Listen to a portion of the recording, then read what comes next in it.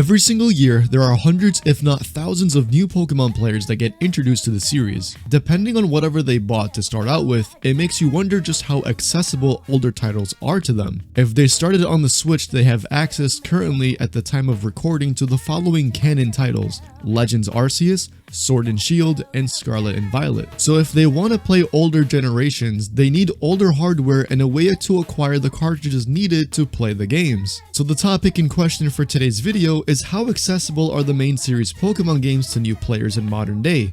Let's take a look.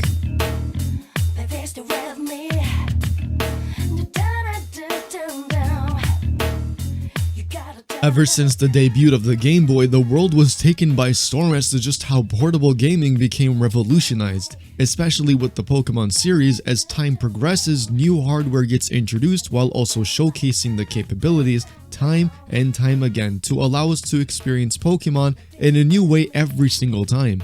Of course, with more hardware being introduced, it allowed for more possibilities to shape up the Pokemon world that we see today. I mean, I think hardware for today's day and age of the series needs a whole separate video, but that's besides the point. Through our incredible history of how the games just were presented to us in general over the past decade or so, just how accessible are the older titles to newer players to obtain so that they can also experience what the older generation of players went through for the first time. I also wonder if it will be difficult for them to beat now that I'm thinking about it.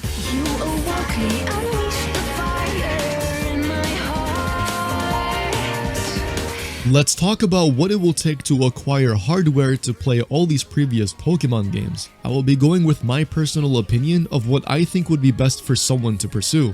You got generations 1 through 3 to start you off. You can get a Game Boy Advance as it plays the entire collection, but according to my research for how much an Advance is worth in 2023, if you purchase a loose handheld, it'll cost you around $60 at the time of this video's release. Some things to keep in mind is you will be sacrificing some trading capabilities, but with the mindset of you purchasing one handheld anyways just to simply play through the game, then I guess it really isn't an issue for you at all. Next up, you got generations 4 through 7. You can simply stick to the 3DS XL, a loose console goes for $170 at most, but if you can dabble around and find the new 3DS XL at the same price, you can also go with that one too. It really doesn't matter here, and I mean, have you heard of how easy it is to mod your 3DS? But hey, you didn't hear that from me. For some reason, a regular sized 3DS and 2DS XL go for way more, but if you're on a budget and you don't really care about those little neat features that you can do,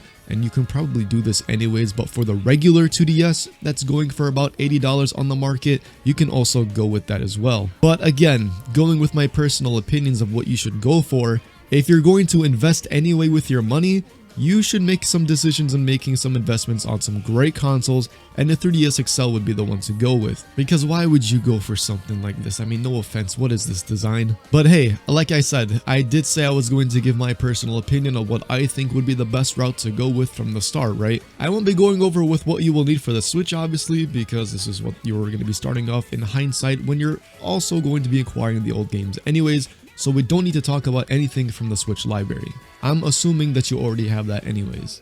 So we got the consoles set and done, and now we have to talk about acquiring the games. This is easily the toughest part. Way tougher than you think for those of you that are brand new to this sort of thing and are looking to play the older titles. These past couple of years, we've experienced a huge inflation of prices for retro games like the GameCube titles, for example.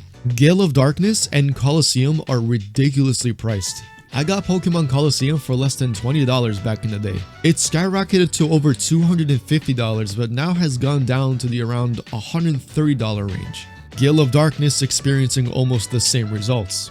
It's been insanely difficult to find not only fair prices for the main series games, but also knowing that if what you are purchasing is an authentic copy of the game.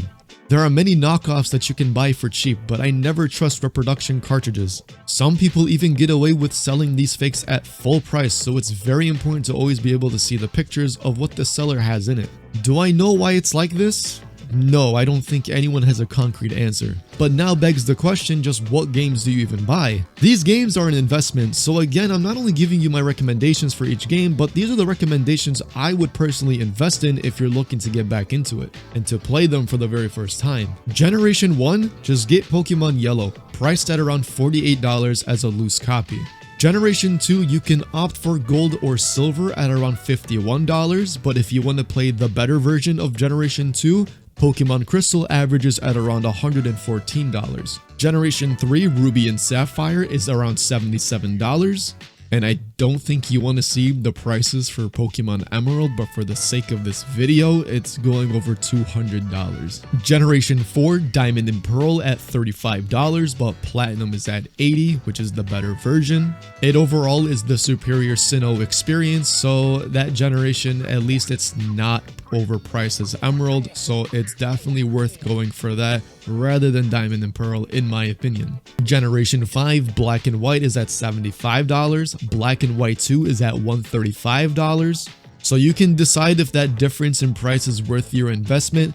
Obviously, Black and White 2 is the better game to go with in my opinion, so I would invest in that, but those two games have entirely different stories. Generation 6, you can get Pokemon Y specifically for $26. Generation 7, you can get Pokemon Sun for $17. You don't really need Ultra Sun, Ultra Moon, as both of those games are relatively the same, but if you want that experience, I'm not going to stop you, go ahead and invest. That's everything for previous consoles on the main series games. Yes, it's pricey, but if anything, the games that are absurdly priced should indicate how good those games are that we rarely ever see inspiration from for the modern games. Now, there is something to mention that is worth noting that you should be aware of.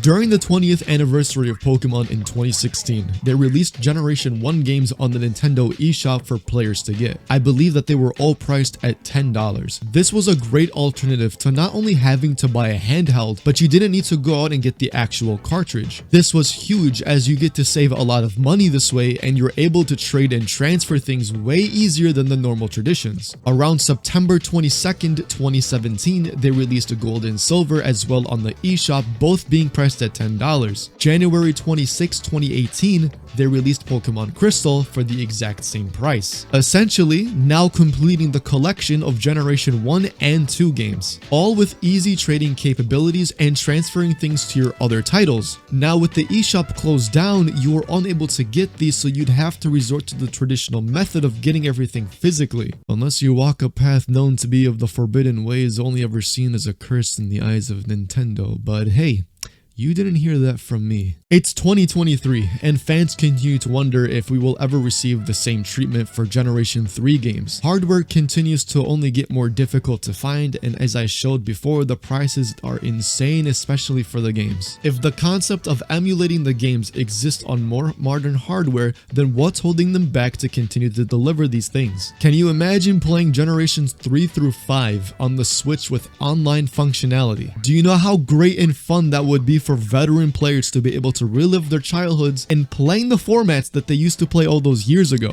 In a perfect world, that would be amazing to me, and I'm sure many of you can agree. If we are now starting to get recognition of the main series games anniversaries from the official Pokemon Twitter page recently, can this even remotely hint at a possible eShop treatment for these games in the future? I'd like to be optimistic here, but only time will tell for this sort of thing. Overall, the concept of acquiring main series Pokemon games is indeed a challenge. I would hope that it becomes more accessible for people, as it genuinely is a valid concern and a problem not just for a select few, but for a majority of new people. Though I am curious, do you have any stories that you can possibly share of a time that you acquired a mainline Pokemon game and if it was a difficult process to obtain them or not? For me, I used to scroll on GameStop's mobile app to see if there were any copies available. For example, Pokemon Platinum. It was priced at $60, little over the mark of when inflated prices started to rise, but after that, it became much more difficult to obtain newer, authentic copies from shops and even online marketplaces. You can let me know in the comment section down below.